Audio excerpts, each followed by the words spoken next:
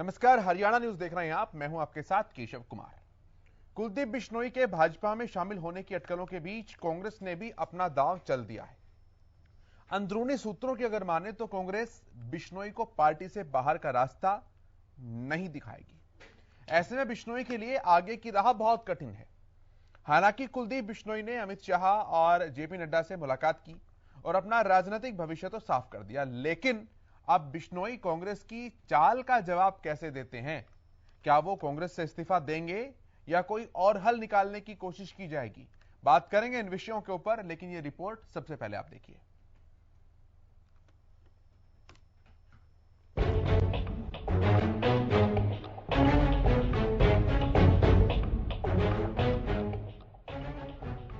आदमपुर से कांग्रेस के बागी विधायक कुलदीप बिश्नोई को लेकर एक बार फिर हरियाणा की सियासत गर्मा गई है। केंद्रीय गृह मंत्री अमित शाह और भाजपा चीफ जेपी नड्डा से मुलाकात के बाद कुलदीप बिश्नोई के इस्तीफे की खबर सामने आने लगी है। वहीं अब बिश्नोई को लेकर कांग्रेस ने भी अपना दांव चल दिया है। अंदरूनी सूत्रों की माने तो कांग्रेस कुलदीप बिश्नोई को पार्टी से बाहर का रास्ता नहीं दिखाएगी। भाजपा में जाने की अटकलों के बीच कांग्रेस ने बिश्नोई को लेकर ये अहम फैसला किया है। इसके साथ ही भूपेंद्र हुड्डा ने कुलदीप बिश्नोई को उपचुनाव के मैदान में भी ललकार दिया। हुड्डा ने कहा है कि कुलदीप बिश्नोई ने जनता को धोखा दिया है।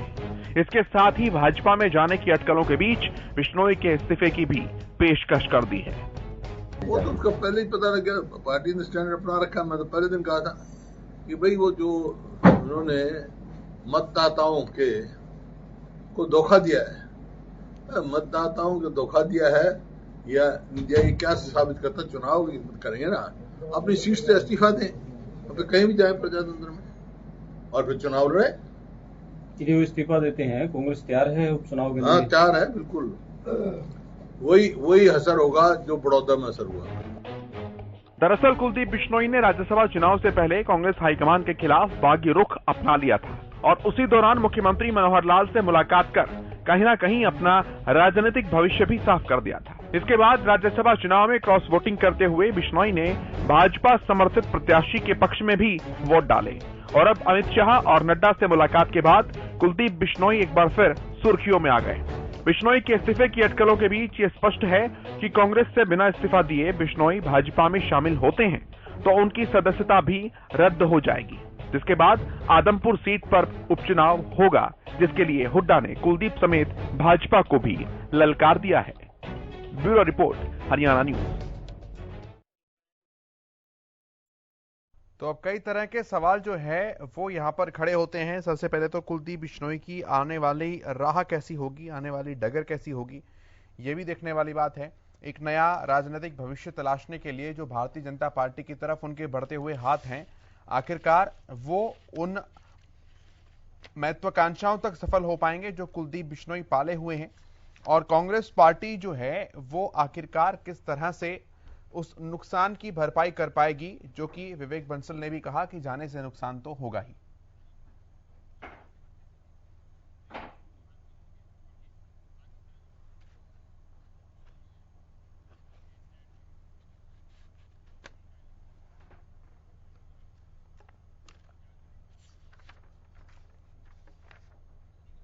सवाल है कि क्या वो कांग्रेस पार्टी से इस्तीफा देंगे या कोई और हल निकालने की कोशिश की जाएगी।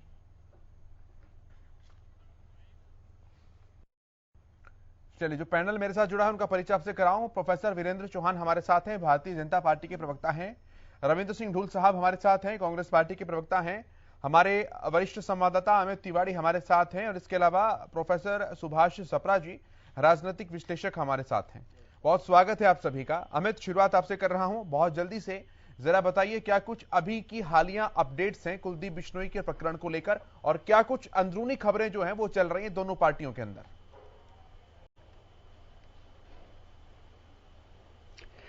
केशव, सबसे बड़ी बात है कि कुलदीप बिश्नोई का सियासी जो कैरियर रहा है वो अपने आप में ही दिलचस्पी भरा रहा है, उतार चढ़ाव भरा रहा है, और वर्चस्व की जिस लड़ाई को वे लड़ते रहे हैं, आखिरकार वो आकर उस जगह अकेले रह जाते हैं। यह उनके साथ एक ट्रेजेडी है।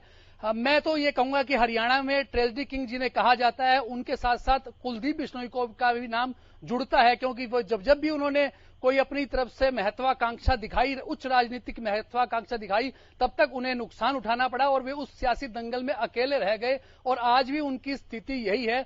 फिलहाल जो कांग्रेस के प्रभारी हैं बंसल, उनका जो बयान आया है वो अब समझे हैं, वो देरी से समझे हैं, हुड्डा भी देरी से समझे उन सब चीजों को, क्योंकि उन्हें लग रहा था कि बिश्नोई को खाली निष्कासन से उनके लिए सब ठीक हो जाएगा, लेकिन कांग्रेस के लिए उनका खाली निष्कासन ठीक नहीं रहेगा। इसलिए वे कहते हैं कि प्राथमिक सदस्यता से कुलदीप बिश्नोई को नहीं हटाया जाएगा, वे इस्तीफा दें और मैदान में जाएं, लोगों के साथ विश्वासघात न करें, मतदाताओं से विश्वासघात न करें। लेकिन ऐसा पहले भी कुलदीप के साथ हमेशा हुआ है। 2007 में जब उन्होंने पार्टी बनाई थी, उनकी पार्टी थी हजका, और जब विलय किया उन्होंने तो पति पत्नी के साथ वे कांग्रेस में विलय हो गए। उस समय 2 एमएलए थे और जब उससे पहले 2009 में उनके 6 आए तो उनमें से 5 चले गए। तो यह कुलदीप बिश्नोई के साथ यह चीजें जुड़ती रही हैं और अब भी वही स्थिति। अब देखने वाली बात होगी कि कांग्रेस जो अब कह रही है कि पूरी नजर कुलदीप बिश्नोई पर रखी जा रही है, और दूसरी ओर अगर भाजपा की बात करें तो भाजपा के लोग, भाजपा के नेता, हमारी आज डॉक्टर कमल गुप्ता स्थानीय निकाय मंत्री हैं, सिरसा की सांसद है सुनीता दुग्गल, उनसे भी बात हुई तो उनका तो यही कहना था। और क्योंकि जब अमित शाह से और जब उनकी मुलाकात जेपी नड्डा से हो चुकी है तो ऐसे में दूसरे नेता उनका स्वागत करेंगे, पलक पावड़े बिछाए हुए हैं। कब कुलदीप आते हैं भाजपा में, चाहे वे इस्तीफा देकर आए, चुनाव करवा लेंगे, उनकी शर्तें कुछ थी, उन पर क्या सहमति बनती है, देखने वाली तमाम बातें होंगी। फिलहाल कुलदीप के अगले सियासी कदम पर सबकी निगाहें हैं, कांग्रेस में भी, भाजपा में भी। कईयों के लिए भाजपा में आना भी रुआसी की बात होगी, कईयों के लिए फायदा होगा, देखने वाली बात होगी। केशव, वापस आता हूं मैं, लेकिन ढुल साहब के पास आ रहा हूं पहले। ढुल साहब, ये किस अंक गणित की तैयारियां जो हैं वो अभी चल रही हैं कि हम नहीं निकालेंगे, खुद इस्तीफा देकर चले जाएं? ये तो बिल्कुल जायज है। कुलदीप बिश्नोई जी जिन्होंने कहीं ना कहीं हाईकमान को धोखा दिया, पार्टी को धोखा दिया, पार्टी कैंडिडेट को धोखा दिया, ऐसे नेता का जिसको निकालना एक बात होगा उनको, क्योंकि उनकी सदस्यता रद्द नहीं होगी। उस मामले में वो कांग्रेस से चुने हुए विधायक के बावजूद जो है अपना विधायक पद को बचाए रखने में कामयाब होगी। अब क्योंकि इस चीज का कोई मतलब नहीं बनता है तो मुझे लगता है, हालांकि मेरे पास तो आधिकारिक सूचना नहीं है, तो जो भी आ रहा है सूत्रों हवाले से आपके सामने रिपोर्ट आ रही है, लेकिन यदि ऐसा होता है तो मेरे हिसाब से स्वागत योग्य कदम है। उनको निकाले जाने की आवश्यकता नहीं है। पार्टी हाईकमान ने सभी पदों से उनको मुक्त करके उनको एक प्रदेश दे दिया था। उसके बाद में जाना चाहे छोड़ करके जाए और जिस भी पार्टी के सफल को पकड़ना चाहते हैं। मतलब अपनी तरफ से फुल ऑफ कट ऑफ करेंगे आप? जी, निश्चित तौर पर ऐसे मतलब ही नहीं बनता है कि जब आप पार्टी के कैंडिडेट को वोट नहीं देते हैं, पार्टी की रिक्वेस्ट को कंसिडर नहीं करते हैं, पार्टी हाईकमान को कंसिडर नहीं करते हैं, पार्टी के वोट बैंक, पार्टी के कार्यकर्ताओं को, अपने वोटर को कंसिडर नहीं करते हैं, तो ऐसे में तो मतलब बनता नहीं है। उनको किसी भी प्रकार से उनको फेंक। ठीक है ढुल साहब, आवाज भी थोड़ी सी डिस्टर्ब कर रही है, आवाज को भी मैं दुरुस्त कर लेता हूं। चौहान साहब के पास आ रहा हूं। चौहान साहब, वो तो पूरी तरह से कट ऑफ कर रहे हैं, तो ऐसे में उम्मीदें भारतीय जनता पार्टी से कुछ ज्यादा ही लगा लेंगे कुलदीप बिश्नोई जी। ऐसा तो नहीं है कि यहां भी निराश होना पड़ेगा? देखिए, भारतीय जनता पार्टी देश का एकमात्र ऐसा राजनीतिक दल है जो विचारधारा को सबसे आगे रखकर चलता है, और भारतीय जनता पार्टी अपनी विचारधारा को जब परिभाषित करती है तो वो हमेशा कहती है कि हमारी विचारधारा को परिभाषित करने का 3-4 शब्दों का अगर कोई वाक्य है तो वो है भारत माता की जय। राजनीतिक अभियान, मंच, मोर्चे, पार्टी, भारतीय जनता पार्टी में कुलदीप बिश्नोई जी अगर उनका आने का मन बन रहा है, वो उस तरफ बढ़ रहे हैं, तो हम उनका स्वागत करेंगे। कुलदीप बिश्नोई भारतीय जनता पार्टी में शामिल होते हैं, वो जिस भी अंदाज में, जिन भी टेक्निकल समस्याओं, चुनौतियों को पार करते हुए, जिन भी पगडंडियों से होते हुए आएंगे, भारतीय जनता पार्टी उनका स्वागत करेगी। और कुलदीप बिश्नोई जब भारतीय जनता पार्टी आते हैं तो वो अपने साथ एक लीगेसी लेकर आते हैं, एक विरासत है उनके पास, उनके परिवार की, उनके पिता की, जो हरियाणा के लंबे समय तक मुख्यमंत्री रहे और जिन्होंने समाज के अलग अलग तबकों को आपस में जोड़ते हुए प्रदेश भर में उनका अपना एक नेटवर्क रहा है लंबे समय तक। वो नेटवर्क निसंदेह ओवर द इयर्स समय के साथ उसका क्षरण जरूर हुआ है, परंतु उनके साथ जुड़े हुए लोग वो प्रदेश के सब हिस्सों में हैं, हर जिले में, हर विधानसभा में ऐसे लोग हैं। हमें ये लगता है कि वो हमारे साथ आएंगे, हमारे विचार को स्वीकार करते हुए, भारत माता की जय बोलते हुए, चौहान साहब यही तो मैं सवाल कर रहा हूँ ना, अगर वो लंबा चौड़ा हिसाब किताब लेकर आएंगे तो लंबी चौड़ी मांगे भी तो रखेंगे। सुनिए मैं पूरा कर रहा था, इसीलिए मैं कह रहा था कि जब वो हमारे कुनबे में, हमारे परिवार में भारत माता की जय और वंदे मातरम कहते हुए आएंगे तो शर्तों के साथ साधारणतया नहीं आएंगे, ये मानकर चलिए। शर्तों वाली सियासत भारतीय जनता पार्टी में नहीं होती है। मतलब पहले से आपने बोल दिया है कि यहाँ आएंगे तो हमारे हिसाब से चलना पड़ेगा, अपना सब कुछ वहीं छोड़कर आइए। मैं स्पष्ट करता हूं उसको। जब भी कोई भारतीय जनता पार्टी जैसे बड़े परिवार में शामिल होता है तो वो व्यक्तिगत महत्वाकांक्षाएं रखे, सबको रखनी होती है जो सियासत में होते हैं, लेकिन साधारणतः शर्तें वर्तें नहीं होती ऐसे किसी भी मिलन में। वो परिवार में आ रहे हैं, जब वो गठबंधन में आ रहे थे तो कुछ शर्तें हो सकती थी, गठबंधन में आए कुछ शर्तों पर आए, कुछ हमारी शर्तें थी, कुछ उनकी शर्तें थी, जब तक वो चला ठीक नहीं चल पाया तो हम अलग भी हुए। लेकिन अब जबकि वो परिवार का हिस्सा होने की तरफ बढ़ रहे हैं, इस महासमुद्र का एक महत्वपूर्ण बिंदु होने जा रहे हैं और उस इस सिंधु में बिंदु होकर के वो सिंधु जितनी शक्ति भी अर्जित कर सकते हैं, इस विश्वास के साथ ही तो आएंगे हमारे यहाँ, तो हम उनका स्वागत करेंगे खुले दिल से। तो चौहान साहब, ये मानता हूँ मान लिया शर्तों जैसी बात नहीं है, लेकिन एक तोहफे की उम्मीद तो वो भी करेंगे, और तोहफे तो आप लोग देते भी हैं ऐसे लोगों को जो पार्टियां छोड़कर आते हैं। तो चिंता मत करिए, जो हमारे यहाँ आ रहा है स्वागत में जो पुष्प वर्षा की गुंजाइश होगी वो पक्के तौर पर की जाएगी। हर शिष्टाचार निभाएंगे साहब, सियासत का, राजनीति का प्रत्येक शिष्टाचार कुलदीप जी समेत जो भी हमारे कुनबे में शामिल होता है उसके साथ हम निभाते हैं। फिर कहूंगा, भारतीय जनता पार्टी जोड़ तोड़ शर्तों वाली सियासत पर आग्रह हमारा नहीं रहता। हम विचारधारा वाला राजनीतिक दल हैं और विचार के साथ जुड़ेंगे। कुलदीप जी हमारे परिवार का, हमारी विचारधारा का हिस्सा बनेंगे। मैं इस उम्मीद के साथ ये प्रतीक्षा में हूं कि वो जो भी निर्णय करते हैं सुभाष जी के पास आते हैं। सुभाष जी, अगर थोड़ा सा इतिहास और वर्तमान स्थिति देखी जाए तो कुलदीप बिश्नोई जी का भविष्य कैसा दिख रहा है आपको? कुलदीप जी 4 बार एमएलए रहे हैं, 2 बार एमपी रहे हैं और उनके पिता श्री चौधरी भजनलाल जी स्वर्गीय 11 साल चीफ मिनिस्टर रहे हैं।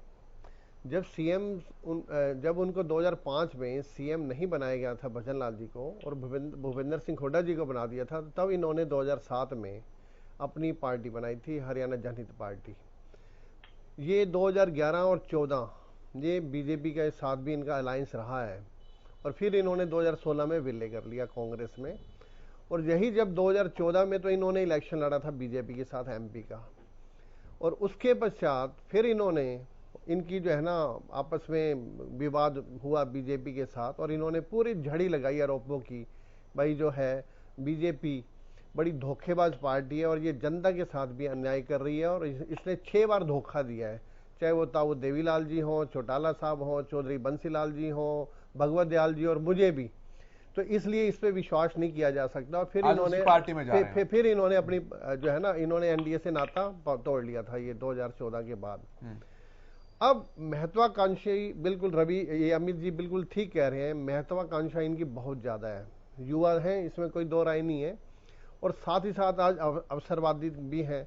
अब जब इन्होंने 2016 में ज्वाइन की अपनी धर्मपत्नी के साथ, रेणुका जी के साथ विलय किया, तो तब हो सकता है राहुल जी ने इनको दिया होगा कुछ जो है वचन दिया होगा, या अब ये कह रहे थे जी सीएलपी लीडर बनाइए या मुझे कांग्रेस का अध्यक्ष बनाइए।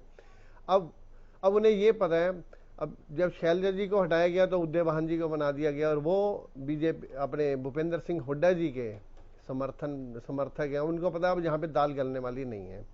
अब ये तभी से ये रुष्ट थे, राहुल जी टाइम नहीं दे रहे थे। उसके पश्चात अब इन्होंने वो बदला लिया, मतलब राज्यसभा में अगेंस्ट में वोट डाला, अजय माकन जी हार गए। तो इतना सब कुछ किया सपरा साहब, डिमांड तो लंबी चौड़ी लेके जाएंगे ना? बिल्कुल डिमांड लंबी चौड़ी यहाँ पे विधायक थे और अच्छा खासा वजन था पार्टी में। अब ये बिल्कुल बड़े नेता माने जाते थे। और ये मैं वैसे आदमपुर एरिया मैंने देखा है, मैं वहाँ पे फिरोज गांधी जो मेमोरियल गवर्नमेंट कॉलेज में वहाँ भी प्रोफेसर रहा हूँ आदमपुर में, मैं भट्टू में भी रहा हूँ, मैं गवर्नमेंट नेशनल कॉलेज सिरसा रहा हूँ, फतेहबाद, हिसार, वो सारे एरिया में कई साल वहाँ पे रहा हूँ।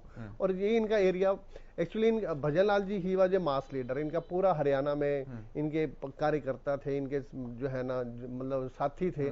अब भजन लाल जी तो पूरे हरियाणा में वर्चस्व था। अब ये अपने कुलदीप जी अपने एरिया से बाहर नहीं निकले, ठीक है, वो हिसार या आदमपुर में वो अपने वोट ले सकते हैं अपना, क्योंकि आदमपुर सीट तो इनकी शुरू से ही है, जिस तरह से बोलते हैं कब्जा है बिल्कुल ही। अब ये पहले जब सीएम साहब से मिले थे राज्यसभा चुनाव से पहले, खट्टर साहब से यहाँ पे गुड़गांव में, तभी ऐसा कहा जा रहा, तभी से चीजें हो गई थी, तभी अड़कलें शुरू हो गई थी। और वही आधार बना दिया था। और तभी वैसे हमें फिर भी उम्मीद नहीं थी वो इतना बड़ा आत्मघाती फैसला करेंगे। मैं डुल साहब के पास आ रहा हूँ। डुल साहब, हालांकि थोड़ी सी पुरानी बात हो जाएगी, लेकिन सभी इस बात का अनुमान लगा रहे थे, लेकिन आप लोग जानबूझ के पता नहीं किस तरह से डिफेंस कर रहे थे। पार्टी की अपनी अपनी मजबूरियां होती हैं कि वो हमारे साथ हैं, लेकिन वो अंततः सुन ही गए अंतरात्मा की आवाज। सवाल यहां पर ये उठता है सर कि जिस तरह से ब्रेन ड्रेन होता था ना स्टूडेंट्स का, कि अच्छे विद्यार्थी जो हैं वो यहां से अमेरिका चले जाया करते थे, अब लोग इस बात की चुटकियां लेने लगे हैं कि कांग्रेस पार्टी के अच्छे जो नेता है वो भाजपा में आने लग गए हैं, क्योंकि वहां टैलेंट की कदर नहीं हो पाती है। तो ऐसा देखिए बिल्कुल गलत आरोप है कि टैलेंट की कदर नहीं है। हम तुम्हें दिख रहा है कि अपने एक महत्वाकांक्षा है, तो इनको मुख्यमंत्री जनता अपने आप को उम्मीदवार मानते हैं, ये प्रदेश अध्यक्ष बनना चाहते थे, ये सीएम की लीडर बनना चाहते थे। इन तीनों में से कोई भी चीज ये भाजपा में कोई तक है। एक बात तो आप क्या मानते जिसका चुनाव हुआ, तो इसलिए वो भविष्य तो उनका समाप्त हुआ। अब अपनी महत्वाकांक्षा के लिए अपने लोग पार्टी को एक प्रकार से ब्लैकमेल करने के लिए, नहीं वो तो कह रहे हैं ना पुष्प वर्षा करेंगे। अब ये बात अगर मध्य प्रदेश से जोड़कर देखी जाए तो सिंधिया को भी कहां बनाया अध्यक्ष, ना मुख्यमंत्री बनाया, लेकिन ज्योतिरादित्य सिंधिया आज कहां पर बैठे हैं। अब वो तो उनका मॉड्यूल है, वो किस तरह से रिवॉर्ड करेंगे उस बात का, लेकिन आपके पास से तो चले गए ना सर। मैं ये तो कह रहा हूँ, देखिए कोई भी नेता चाहता है तो निश्चित तौर पर मान कर देखिए कि पार्टी का नुकसान होता है। ये कहना बिल्कुल गलत होगा कि पार्टी का नुकसान नहीं होता है, तो नुकसान तो निश्चित तौर पर होगा, लेकिन ऐसा नहीं है कि पार्टी का नुकसान की जो है पार्टी भरपाई नहीं कर पाएगी, पहली बात। दूसरी बात जो है ये कहना कि सभी अच्छे नेता जो है अभी अच्छे नेता जा रहे हैं, हमारा एक संकल्प है, समाज सेवा नेता यहाँ पर है और नहीं। और उसके बाद में मैं तो ये देखा भी बहुत इंटरेस्टिंग होगा कि भाई ये जो इनके ऊपर जो ईडी की कार्रवाई थी उसकी फाइल बंद हो जाएगी या वो खुलेगी, क्या रहेगा क्या नहीं रहेगा, ये देखना बहुत इंटरेस्टिंग होगा। लेकिन जहाँ तक बात की की है तो जिस महत्वाकांक्षा के तहत जो है वो उन्होंने अपनी राजनीतिक की राजनीतिक श्रेष्ठ रही, अनलाइक ज्योतिरादित्य की राजनीति जो है राष्ट्रीय स्तर की रही है, तो राष्ट्रीय स्तर की राजनीति में पहले केंद्र में मंत्री रहते हुए केंद्र के अंदर ही राजनीति का ज्यादा मुश्किल रहती थी। उनका एक ग्रुप था, उनका एक स्ट्रॉन्ग पॉइंट था, स्ट्रॉन्ग होल्ड था राष्ट्रीय राजनीति के अंदर। लेकिन कुलदीप बिश्नोई जी की राष्ट्रीय राजनीति हालांकि एमपी रही है लोकसभा की, लेकिन राजनीति उन्होंने केवल और केवल मुख्यमंत्री बनने की कही है, जो कुछ उनका लग चुका है। ये चीज वो अच्छी तरह से जानते हैं। अब किन किन टर्म्स और किन किन कंडीशन पर भाजपा में जा रहे हैं ये देखना बहुत इंटरेस्टिंग होगा। लेकिन हम निश्चित तौर पर इस बात को सही बिल्कुल स्पष्ट है कि भाई इन्होंने जो भी किया उसको जनता के बीच जाएंगे। ठीक है अमित, मैं आपके पास आता हूं, फिर मैं चौहान साहब आपके पास भी आ रहा हूं। जिस तरीके से बातें सुनने को मिल रही हैं, चर्चाएं चल रही हैं, हालांकि चौहान साहब ने कहा है कि पुष्प वर्षा उनके ऊपर करेंगे अच्छी खासी, लेकिन डिमांड तो वो भी लेकर जाएंगे ना यहां से कुछ ना कुछ। अमित बिल्कुल केशव, मैं थोड़ा सा इस मामले में चौहान साहब हालांकि पुराने लगातार वे राजनीतिक स्टोरियां कवर करते रहे हैं और उनका भी सियासत में पूरा अब भी दखल है और पहले भी उन्होंने सियासत को बड़े नजदीक से देखा है। और ढूल साहब यहाँ बैठे हैं, विधि विशेषज्ञ भी हैं और कांग्रेस के स्पेशलिस्ट भी बने हुए हैं। और सबसे बड़ी बात है कि सपड़ा साहब ने बताया है तो मैं जरूर यह बात कहना चाहूंगा कि पुष्प वर्षा हमेशा से ही की गई। जब गठबंधन किया गया था हजका के साथ तब भी पुष्प वर्षा की गई थी, लेकिन कुलदीप बिश्नोई का बड़बोलापन कहीं ना कहीं उस समय आड़े आ गया। आज ओडिशा के राज्यपाल हैं प्रोफेसर गणेशी लाल, उस समय भाजपा और हजका की जो समन्वय समिति बनी थी उसके वे अध्यक्ष थे। उसके तब भी उस समय भी उन्होंने कहा था कि कुलदीप का जो है उसमें ये इसको देखा जाएगा कि किस प्रकार के बयान दे रहे हैं। तभी उन्होंने हमारे से बातचीत की थी, उस समय भी यही कहा था और उनके बड़बोलेपन पर निराशा हुई थी भाजपा को और उनसे गठबंधन टूट गया था। मैं एक बात और खास तौर पर कहना चाहूंगा कि कुलदीप बिश्नोई के साथ अगर सियासत में कोई विशेष रूप से अगर दबदबे वाली बात रही है, कांग्रेस में मुकाबला जिससे रहा है और उन्होंने निकालने का काम किया बार बार कांग्रेस से, तो वो भूपेंद्र सिंह हुड्डा रहे हैं। भूपेंद्र सिंह हुड्डा आए तो भजनलाल जी से उनकी सियासी जमीन छीन ली, यानी कि कांग्रेस छीन ली और खुद मुख्यमंत्री बन गए। उसके बाद कुलदीप अलग हुए 2007 में, 2 दिसंबर 2007 को उन्होंने अपनी पार्टी हरियाणा जनहित कांग्रेस बनाई, लेकिन कांग्रेस से भी जो उनके भी पार्टी के जो एमएलए बने उनको भी तोड़ने का काम अगर किया गया तो वो भूपेंद्र सिंह हुड्डा ने किया। असंबद्ध विधायकों के रूप में उनको जोड़ा, 5 उनके एमएलए आ गए और इसी तरह से अब जब विलय हुआ तो उस समय राहुल गांधी ने सब्ज बाग दिखाए और वे आ गए और अब फिर एक बार हुड्डा की वजह से ही वे जा रहे हैं अंतरात्मा की आवाज लेकर। देखने वाली बात होगी कि अब कितनी पुष्प वर्षा होती है। हालांकि वो वाली सियासी जमीन कुलदीप बिश्नोई की नहीं रही है, पहले जो ताकत थी वो नहीं रही है। अब जो पिछला चुनाव हुआ उसमें भव्य बिश्नोई की जो स्थिति रही वो पता है, और आदमपुर से जब चुनाव लड़ा तो उन्होंने अपने जो झोली एक तरह से पसार दी थी आदमपुर हल्के में लोगों के सामने और वे खड़े हो गए थे। जिस रुआंसे अंदाज में उन्होंने वोट मांगे वो वीडियो भी वायरल हुआ था, उस समय भी बड़ी स्थिति थी। तो आज वाली स्थिति पहले जैसी स्थिति नहीं है। कुलदीप बिश्नोई की सियासी ताकत पहले जैसी नहीं रही है, यह कांग्रेस भी जानती है। इसलिए कांग्रेस चाहती है कि वो चुनाव लड़ें और इस्तीफा देकर जाएं, असंबद्ध विधायक के रूप में सुविधाएं हासिल न कर लें, मंत्री पद हासिल न कर लें, तमाम बातें हैं। इसलिए कांग्रेस ने अपना पत्ता जो है वो पहले पूरे निष्कासन वाला था वो अब छोड़ दिया है। उस बात को उन्होंने कहा प्राथमिक सदस्यता इस्तीफा दें फिर जाएं। तो अब देखने वाली बात होगी कि आगे कुलदीप क्या रुख अपनाते हैं। हालांकि उनकी पूरी सियासत है, वो भव्य बिश्नोई को आगे लाना चाहते हैं, अपनी भी राजनीतिक वजूद बचाना चाहते हैं, लेकिन भाजपा का जो परिवारवाद का जो नारा है विरोध का वो उनके आड़े आता है, उनकी शर्तें आड़े आती है। अब देखने वाली बात होगी कितना झुकते हैं कुलदीप बिश्नोई और किस कदर जो क्या क्या बातें लेकर आते हैं। देखने वाली बात यही होगी। चौहान साहब से जवाब लेता हूं। चौहान साहब, अमित ने भी जिक्र किया और सप्रा साहब भी इस बात को कह रहे थे कि जब अलविदा कहा था आपकी पार्टी को उस समय आपने कुलदीप जी के बारे में और कुलदीप ने भाजपा के बारे में जो बातें कही थी वो शिकायतें अब दूर हो चुकी हैं क्या? देखिए, एक बात समझनी पड़ेगी कि जब कुलदीप बिश्नोई हमारे साथ आए थे, गठबंधन में आए थे और उनके दल का नाम था हरियाणा जनहित कांग्रेस, तो कांग्रेस और कांग्रेस सब तो उनके साथ था। जब गठबंधन हुआ था तो कुछ शर्तें, कुछ समझौते का आधार, कुछ चीजें बनी थी, वो सिरे नहीं चढ़ी तो दोनों दल अलग हुए।